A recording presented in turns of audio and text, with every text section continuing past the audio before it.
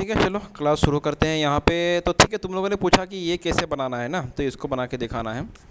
आसान तरीका है, देखो यहाँ पे हम लोग पहले तो एक नया डॉक्यूमेंट ले लो, फाइल न्यू, मैं यहाँ पे डिफ़ॉल्ट फोटोशॉप फाइल ले लिया। ठीक है,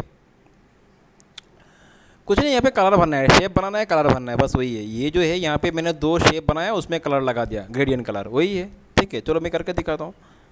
तो तुम ये जो शेप तुमको अभी देखो, मैंने तुम लोगों को पहले समझाया था, शेप जो है तुम कस्टम शेप बना सकते हो। और यहाँ पे जो वो तो कुछ प्री बिल्ड शेप है, रेडीमेड शेप है, उसमें से अगर तुम्हारा नहीं हो रहा तो कस्टम शेप बनाओ। वो कस्टम शेप बनाने के लिए तुम्हारे पास बहुत सारा ऑप्शन है। ठीक है, तो उसमें से पेन टूल सबसे ज़्यादा यूज़ होने वाला है कस्टम शेप बनाने के लिए।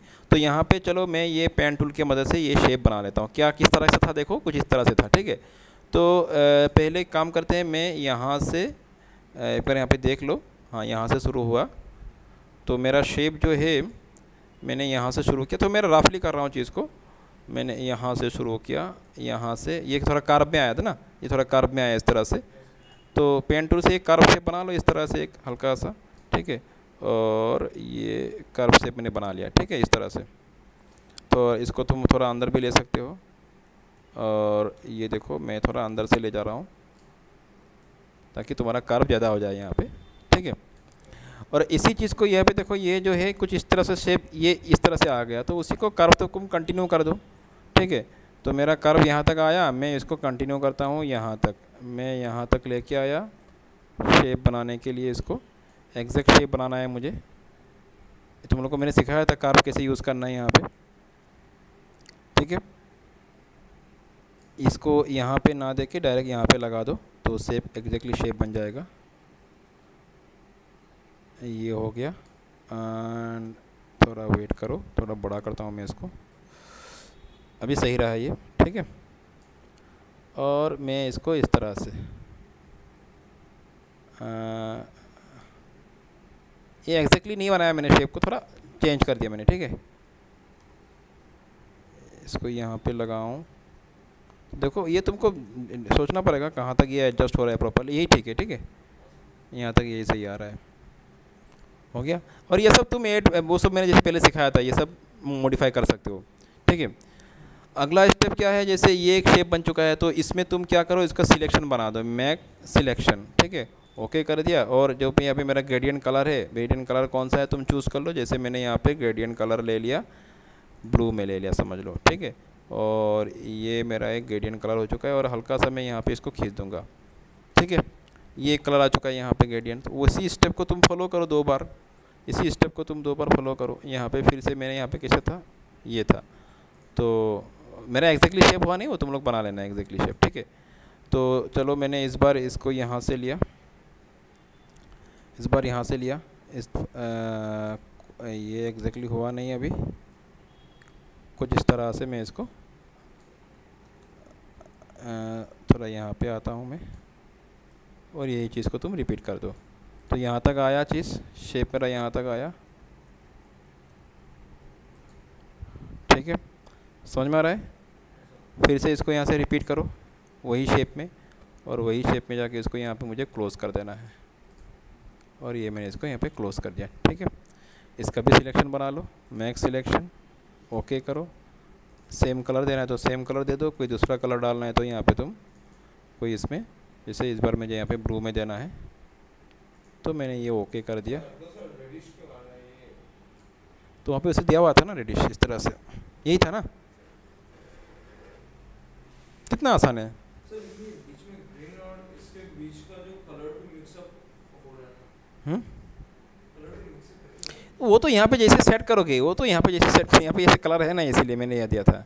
इसको यहाँ पे मिला लेना बाद में, क्योंकि ये मैंने जो फॉर्मेट सिलेक्ट किया है उस हिसाब से तुम अलग अलग ले सकते हो। यहाँ पे समझ में नहीं रहा, अलग अलग फॉर्मेट है ना यहाँ पे, तो कौन सा फॉर्मेट चाहिए वो फॉर्मेट ले लो, उस हिसाब से आ जाएगा वो। ठीक है, कुछ नहीं, एकदम ईजी है ये। पेन टूल से शेप बनाओ, डिज़ाइन करो, ये तो कुछ भी नहीं है, ये तो सिंपल है। और चलो नया कुछ सीखते हैं हम लोग। जैसे आज हम लोग, मैंने तुम लोग को बोला था क्विक सिलेक्शन टूल बनाना सीखेंगे। ठीक है, तो क्विक सिलेक्शन टूल के लिए एक्चुअली मैं यहाँ पे एक काम करता हूँ, एक नया डॉक्यूमेंट ओपन कर लेता हूँ। आज का टॉपिक है क्विक सिलेक्शन टूल। तो इसमें मेरे पास एक फ़ोटो है, मैं उसको यहाँ पे पेस्ट करता हूँ। ये पर्टिकुलर फ़ोटो है। मैं क्या करना चाहता हूँ यहाँ पे, इसका बैकग्राउंड को मैं चेंज करना चाहता हूँ। तो इसके लिए तुम क्या यूज़ करोगे, देखो किसी भी सिलेक्शन को करने के लिए हम लोगों ने लास्ट टाइम क्या यूज़ किया था, पेन टूल, या तो बहुत सारा टूल है इस तरह से, ठीक है। तो पेन टूल से यहाँ पे कर सकते हो, लेकिन ये एक बहुत ही कॉम्प्लेक्स टास्क हो जाएगा यहाँ पे, ठीक है। पेन टूल से ये काम करोगे तो बहुत समय लगने वाला है यहाँ पे, इस तरह से बहुत, ये सब कितना तुम मिलाओगे ये सब, ओके। ये एक बहुत ही मतलब झमेला होगा, ठीक है, समझ में आ रहा है ना।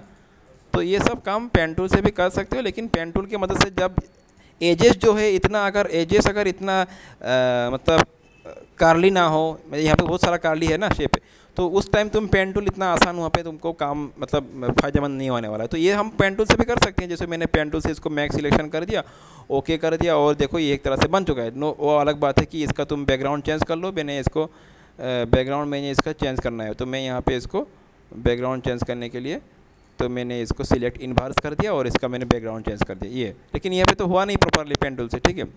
तो कर सकते हो पेन टूल से, अलग बात है।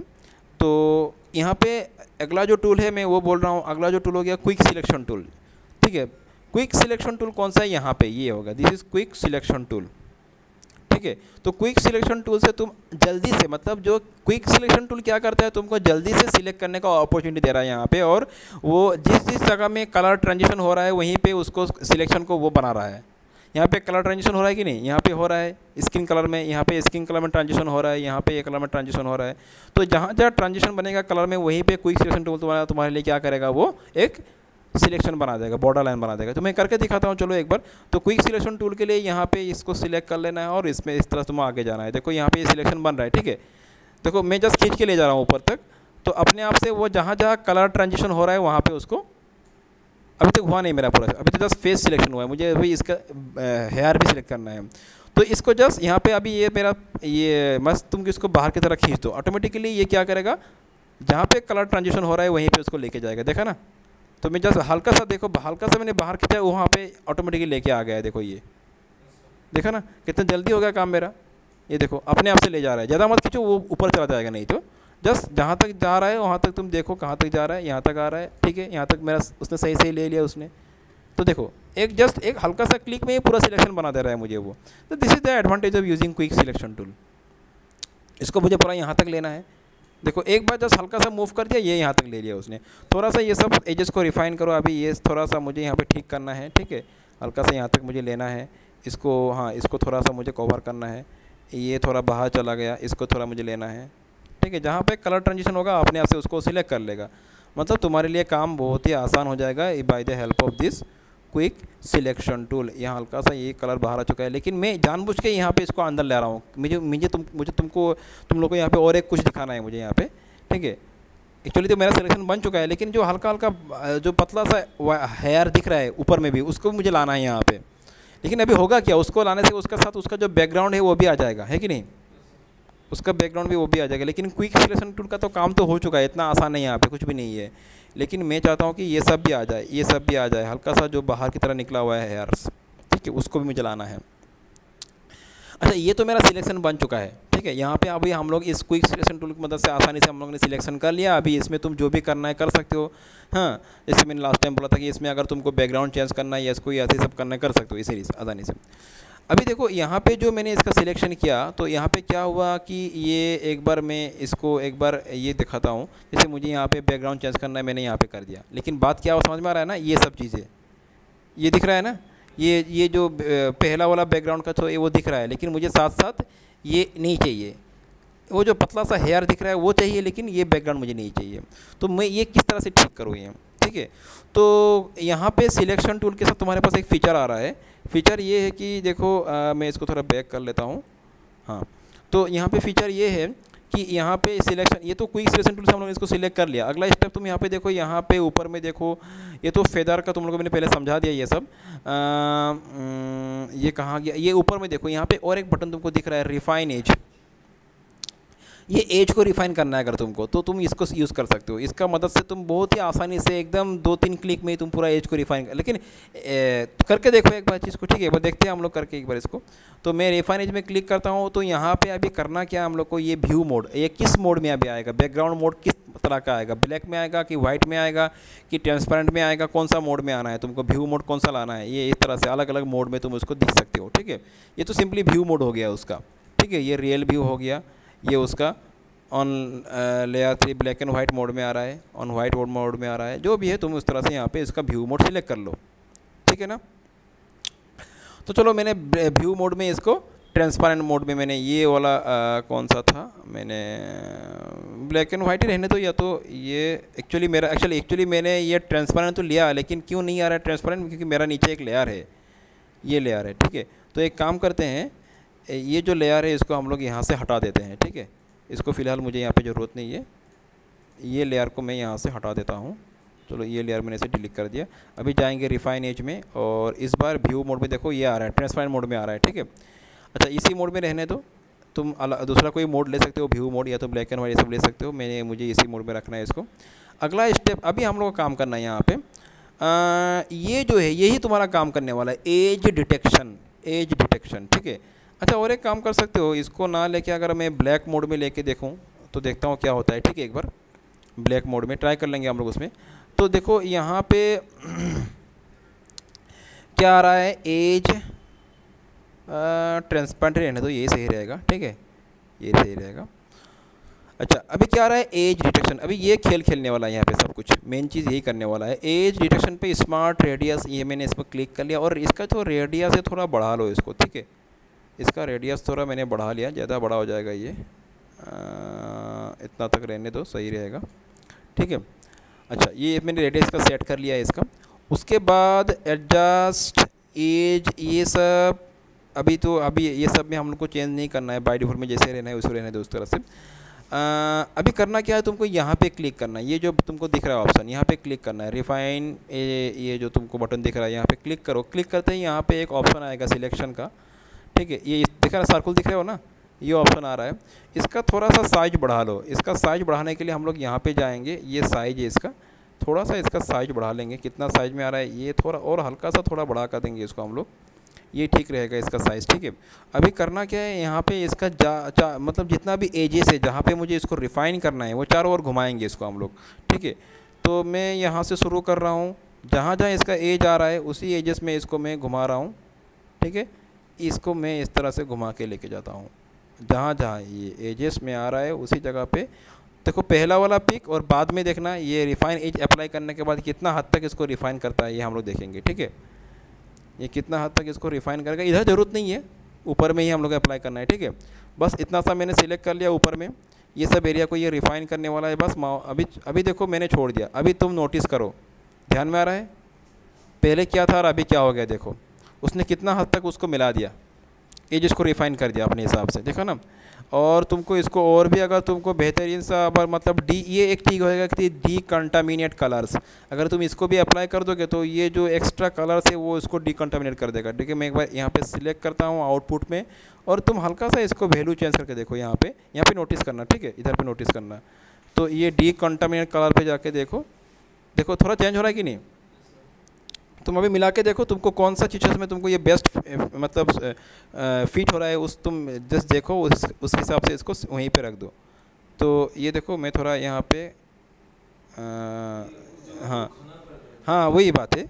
तो ज़्यादा घना करने से तो बैकग्राउंड दिख जाएगा ना, तो तुमको मिलाना है यहाँ पे, जस्ट इसका वैल्यू मिलाना है। मिला के तुमको बस अभी आप खुद के हिसाब से सेट करना है कि कहीं पे कहाँ कौन सा पोजीशन पे ये एग्जैक्टली फिट हो रहा है, कि ये बाहर वाला कलर मतलब वो बैकग्राउंड कलर नहीं दिख रहा। अभी मेरे ख्याल से सही रहेगा ये, थोड़ा मैंने ज़्यादा घटा दिया इसको, ठीक है, ज़्यादा घटाने से भी ख़राब दिखेगा वो। डीकंटामिनेट उसको मैंने घटा दिया थोड़ा वैल्यू, तो अभी एकदम सही नहीं है अगर देखा जाए तो। बस समझ में आ रहा है ना। तो एक ही क्लिक में मैंने काम बना दिया, अभी हो चुका है। अभी ये जो आउटपुट मेरा बनेगा, आउटपुट मुझे क्या करना है, यहाँ पे देखो output to new layer with layer mask, वहाँ पे मुझे लेके जाना है। तो मैंने इसको जस्ट ओके कर दिया, और मेरा एक नया लेयर बन के विथ लेयर मास्क बन के आएगा। यहाँ पे यू कैन सी यार, ये एक नया लेयर बन के आ गया और विथ लेयर मास्क, ठीक है। तो ये जो है मेरा पुराना वाला है, ये मेरा पुराना वाला है जिसको मैंने बैकग्राउंड चेंज करने के लिए बनाया था, उसका सिलेक्शन किया था, और इसको मैंने ये विथ रिफाइन एज करके ये पूरा का पूरा मैंने पार्ट उसको किया। अभी तुम इसमें कुछ बैकग्राउंड लगाना है लगा सकते हो, इसको और भी थोड़ा टाइम देके बेहतरीन तरीके से करना, और भी क्लियर हो जाएगा। ये पूरा का पूरा तुम यहाँ पे इसको क्लियरली ला सकते हो, इसको थोड़ा समझ देना पड़ेगा इसके लिए, ठीक है।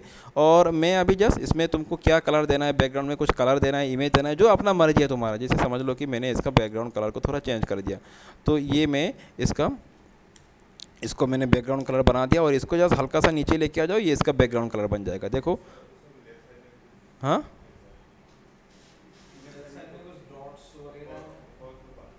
कौन सा? किसका बात बोले, समझा नहीं मैंने। डॉट्स कहाँ पे? इधर?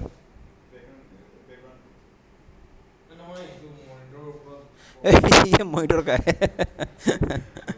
ये मॉनिटर का है। देखो मैं तो जल्दी जल्दी किया चीज़ को, थोड़ा समय दे के और भी करो, ये पूरा का पूरा तुम एज रिफाइन कर पाओगे, यहाँ पे पूरा क्लियर हो जाएगा ये, ठीक है। मैं तो थोड़ा रफली कर दिया चीज़ को, तुम लोग और समय दे के थोड़ा वैल्यूज़ को थोड़ा मॉडिफाई करके देखो, ये देखना तुम आराम से देखो। इस तरह से सिलेक्शन करके लाना पॉसिबल नहीं है, जो कि हम लोग रिफाइन एज की मदद से इस मतलब ये पतला सा जो हेयर है उसको भी यहाँ पे ला रहा है, बैकग्राउंड में ला रहा है। तो अभी तो हम लोग देख रहे हैं इसलिए समझ, लेकिन अगर कोई नया कोई देखेगा समझ में नहीं पाएगा कि इसका बैकग्राउंड दूसरा कोई था, है कि नहीं? बात क्लियर हो रहा है?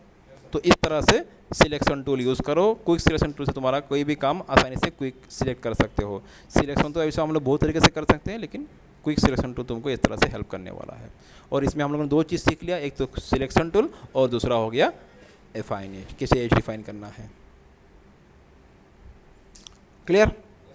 तो ये सब प्रैक्टिस करना, बाकी अगला क्लास में हम लोग अगला टॉपिक के ऊपर कॉन्सेंट्रेट करेंगे।